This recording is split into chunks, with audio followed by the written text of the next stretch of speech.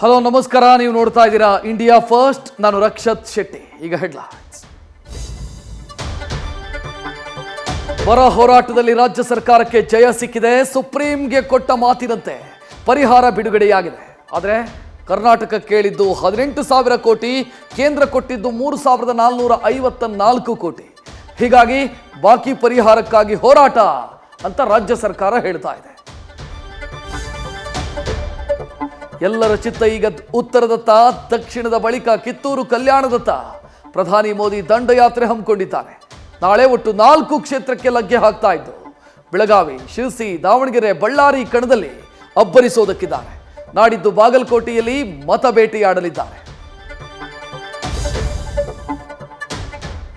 ಇತ್ತ ಉತ್ತರ ಭಾಗದಲ್ಲಿ ಪ್ರಚಾರದ ಅಬ್ಬರ ಶುರುವಾಗಿದೆ. ಬಾಗಲಕೋಟೆಯಲ್ಲಿ ಸಿಎಂ ಡಿಸಿಎಂ ಜಂಟಿ ಯಾತ್ರೆ ಕೈಗೊಂಡ್ರೆ ಬೆಳಗಾವಿಯಲ್ಲಿ ಕೈ ಕಮಲ ಜಿದ್ದಿಗೆ ಬಿದ್ದಿದೆ. ಧಾರವಾಡದಲ್ಲಿ ಅಸೂಟಿ ಜೋಶಿ ನಡುವೆ ಪೈಪೋಟಿ ಕಾಣಿಸಿದ್ರೆ ಶಿವಮೊಗ್ಗದಲ್ಲಿ ಅಣ್ಣನ ಪರ ವಿಜಯೇಂದ್ರ ಆರ್ಭಟಿಸಿದ್ದಾರೆ.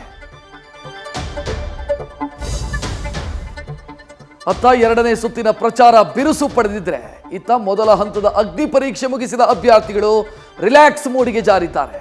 ಮೈಸೂರಲ್ಲಿ ಕುಟುಂಬದ ಜೊತೆ ಯದುವೀರ್ ಒಡೆಯರ್ ಕಾಲ ಕಳೆದಿದ್ದಾರೆ. ಇತ್ತ ಕೋಲಾರದಲ್ಲಿ ದಳ ಮತ್ತು ಹಸ್ತದ ಮಧ್ಯೆ ಹೊಡೆದಾಟ ಆಗಿದೆ. ರಿಸಲ್ಟ್ಗೂ ಮೊದಲೇ ಮಾಜಿ ಸಚಿವ ಡಾಕ್ಟರ್ ಕೆ ಸುಧಾಕರ್ಗೆ ಬಾಣಲೆಯಿಂದ ಬೆಂಕಿಗೆ ಬಿದ್ದಂತಾಗಿದೆ. ಕೋಟಿ ಕೋಟಿ ಹಣ ಜಪ್ತಿ ಕೇಸ್ನಲ್ಲಿ ಸಂಕಷ್ಟ ಸೃಷ್ಟಿಯಾಗಿದೆ. ಹಣ ವಾಪಸ್ಗೆ ವಾಟ್ಸಪ್ ಮೆಸೇಜ್ ಮಾಡಿದ ಮಾತು ಕೇಳಿಬಂದಿದೆ. 4.8 ಕೋಟಿ ಹಣ ಸೀಸ್ ಮಾಡಿದ ಅಧಿಕಾರಿಗಳು ಸ್ಕ್ರೀನ್ ಶಾಟ್ ಸಮೇತ ದೂರು ಕೊಟ್ಟಿದ್ದಾರೆ. ನ್ಯೂಸ್ ಫಸ್ಟ್, ನಿರ್ಭೀತಿಯಿಂದ ನಿಮ್ಮ ಪರವಾಗಿ.